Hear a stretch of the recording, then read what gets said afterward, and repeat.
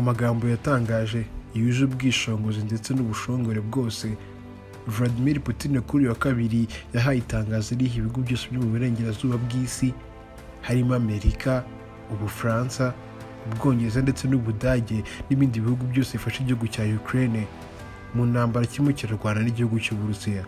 Iri tangazo akaba yaritanze ubwo yarashize umunsi umwe Perezida Joe Biden w'igihugu cya Amerika ahaye itangazo igihugu cya Ukraine yuko Ukraine ikwiye gukoresha intwaro zose yahawe n'igihugu cya Amerika yataka mu gihugu mo imbere mu Burusiya.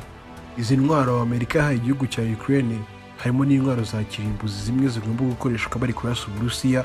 Iyi akaba ariyo mpamvu yahagurukije Vladimir Putin nayo mu gutanga ijambo yihaniza ibihugu byose byo mu burengerazuba bw'isi, abibwira yuko bikwiye kureka kwivanga mu ntambara Uburusiya burimo burarwana kino gihugu cya Ukraine, kandi ko bakwiye kwegera inkunga yose bari guha igihugu cya Ukraine.